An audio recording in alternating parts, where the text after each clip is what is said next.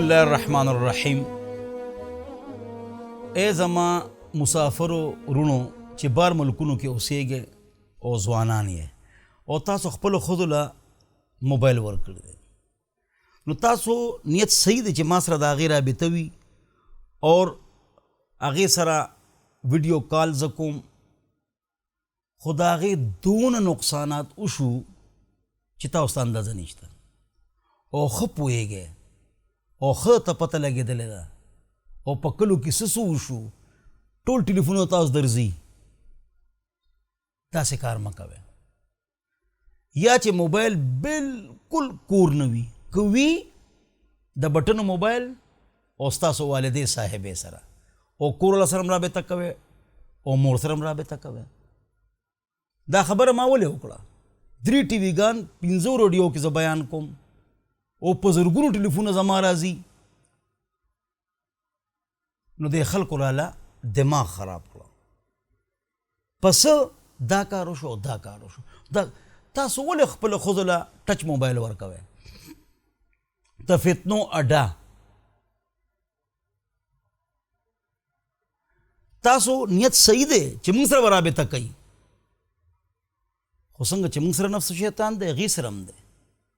نو دغه شان تاسو دا هم وایم چې تاسو هم ضرورت نشته چې ټچ موبایل تاسو ضرورت شته، نو ټیک ده، کنی سوچ وکړئ او مراقبه وکړئ چې یو هفته ما ټچ موبایل استعمال که ما ته فایده څونه وکړه دنیاوي او دینی. که یو هفته تا موبایل استعمال که نه دینی فایده تا ته وشوه نه دنیاوي. دینی فایده خو دا چې عالم ته درس ته کښېنه، په دې څوک جاړي نه څوک حافظ کېږي په موبایل، نه څوک عالم کېږي. وړوکو موبایل سره د عالم نه تپوس وکړئ، کور سره رابطه وکړئ. دام ختم کړئ. که ستاسو ضرورت وي، کاروبار وي، په واټسپ باندې یو بل ته چې چا سره کاروبار کوئ سمپل یې ښایئ، هغه بېله خبره ده. رابطه کوئ بېله خبره ده، خو هسې شوقیه د دې نه ځان وساتئ، خو کور باندې مضبوط کنټرول وساتئ. دو نقصانات، دونه پریشانۍ. او بل خبر واورئ، یوټیوب په پښتو کې د خبرو نه ډک دی، هلک جنۍ خبرونه.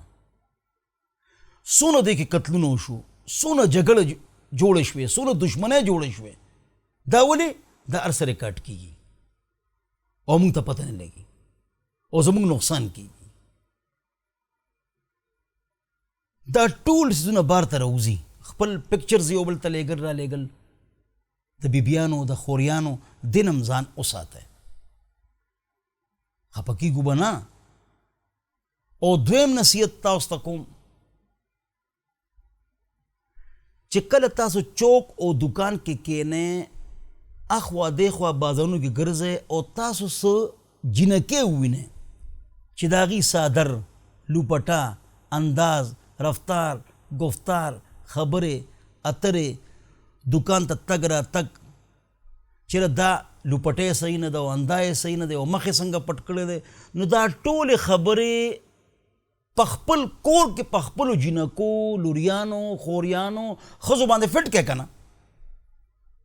دې صادر داسې دی، د دې لوپټه داسې ده، نو د هغې یا لوپټه وړه ده یا نری ده یا بورکۍ تنګه ده یا د هغې انداز، رفتار، گفتار ټیک نه دی، یا په ګاډو کې هغې خبرې کوي په تیزه تیزه.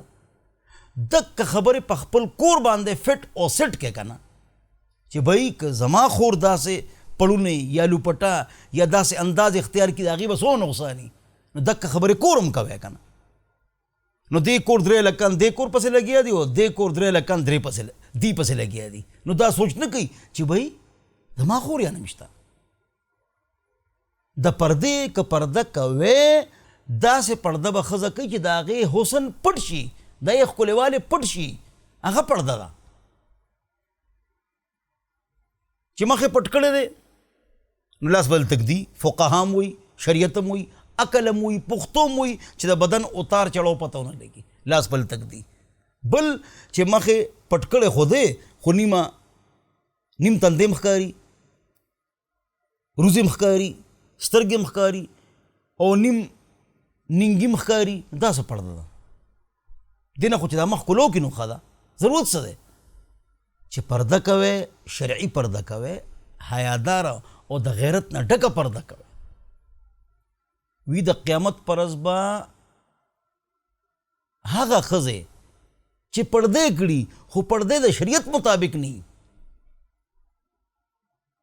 او د هغې حسن هغې کې دوباله شي. امام غزالی فرمایي دا ښځې به هم اگر چې با پرده دي خو دې پرده ټیک نه ده، دا به هم بې پرده ښځو سره د قیامت پر ورځ جهنم کې سوځي. چې پرده کوي نو عین د شریعت مطابق شرعي پرده کوي چې چا سره ستا نکاح اوس کېږي یا آینده هغه نه پرده ده. پښتو کې ورته ملی وې چې ښځو کې به ناسته او خاندل به، دا پښتو یې کنځل دي وي ملی ټول ملیګان شوي دي ښځو کې ناستې. ښځې به ښځو سره کیني، سړي به سړو سره کیني. حیا غیرت چې کله واده او غمي سړي مدن نه کېږي ښځو کې. چې کله وادي ګیټ کې 2-3 بوډاګانې کېنوي هغه به ټول سیسټم ټیک ساتي. ځوان لکان ګرځي هلته جنکۍ لو په ټیم نه اچوي. ښه موبایل یې عام شوي دي نو په شرمونو وشرمېدو.